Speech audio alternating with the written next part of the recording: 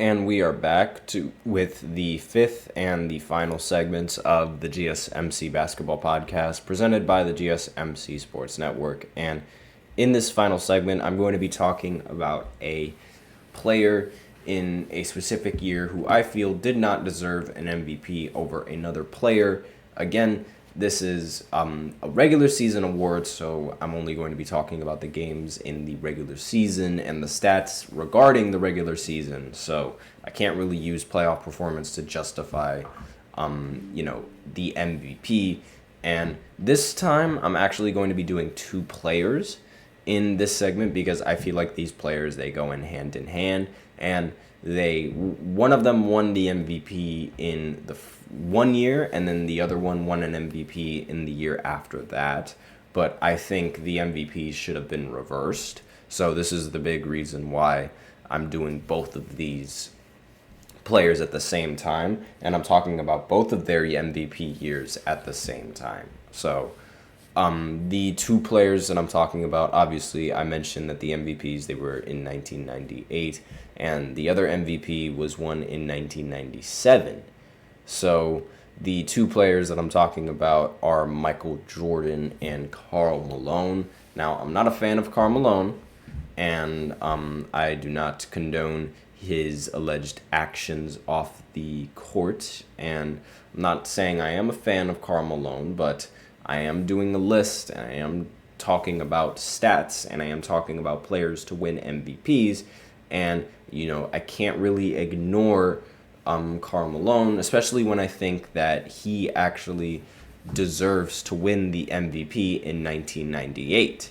Now, I'm going to continue on my take, but you're going to have to, hear me out on this. Now, I believe that, if this is a regular season award. So if you include the postseason, Michael Jordan is clear-cut the best player of 1998 and deserved the MVP. But since we do not need to include the postseason, I think that Karl Malone played a lot better in the 1998 regular season than Michael Jordan did. They both ended up winning 62 games in the regular season, so it was down to the player's production and a player's overall value to the team, more so than the amount of wins that the team ended up. And Karl Malone, that year in 1998, he ended up averaging 27 points, 10 rebounds, and 4 assists, along with 53% shooting from the field. Meanwhile, Michael Jordan that year averaged 29 points, 6 assists, along with 4 rebounds, as well as 47% shooting from the field. And, obviously, Michael Jordan and, the advanced numbers were close, but I would have much rather preferred Karl Malone this season as opposed to Michael Jordan winning the MVP in this season.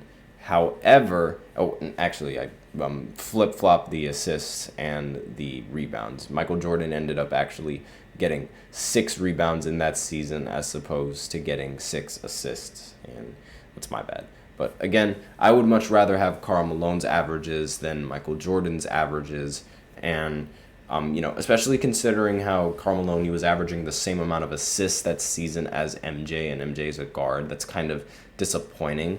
And the only argument, again, that Michael Jordan really had for being the better player in 1998 was the playoffs. If you include the playoffs, then Michael Jordan was clearly the best player. But again, this is a regular season award. I can't justify Michael Jordan winning the MVP in 1998. However, this cancels out the MVP debate for 1997 because I don't think Karl Malone deserved the MVP for 1997. I think Michael Jordan deserved that MVP.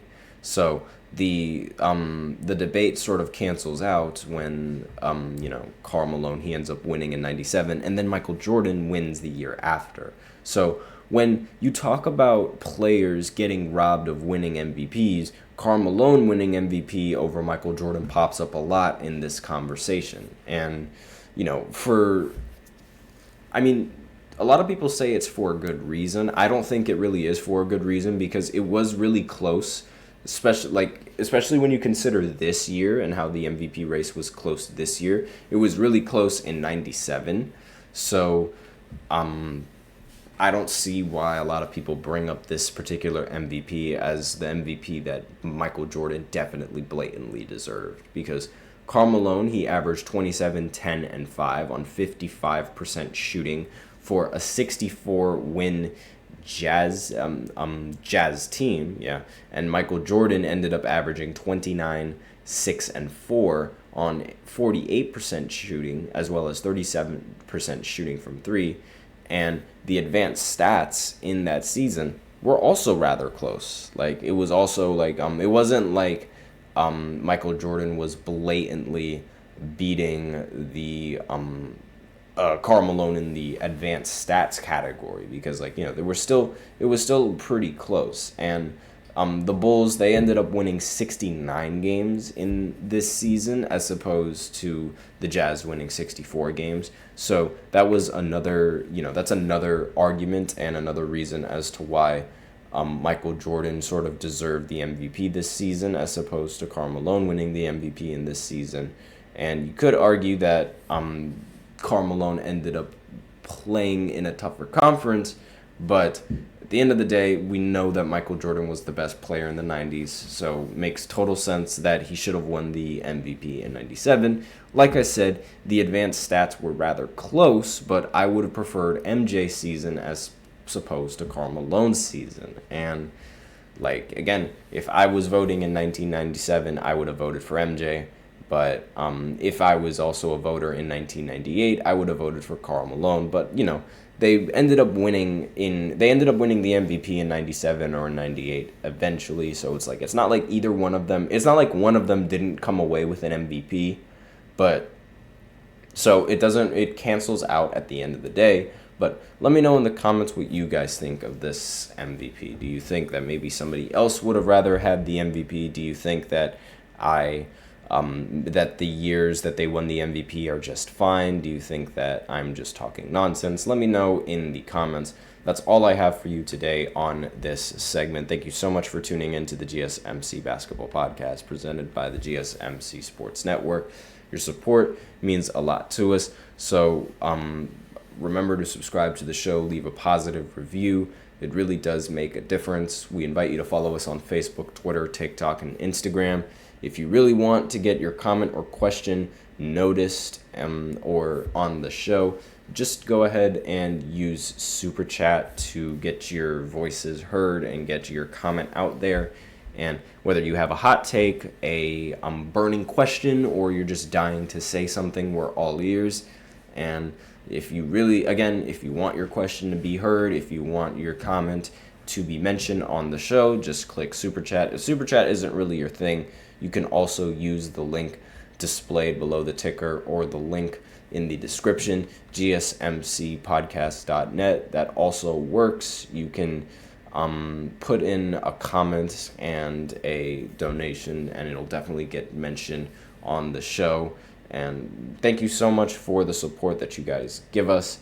And thank you so much for tuning in. Again, let me know in the comments what you guys think of the lists. That's all I have for you today. I am your host, Nelson, and as always, take care.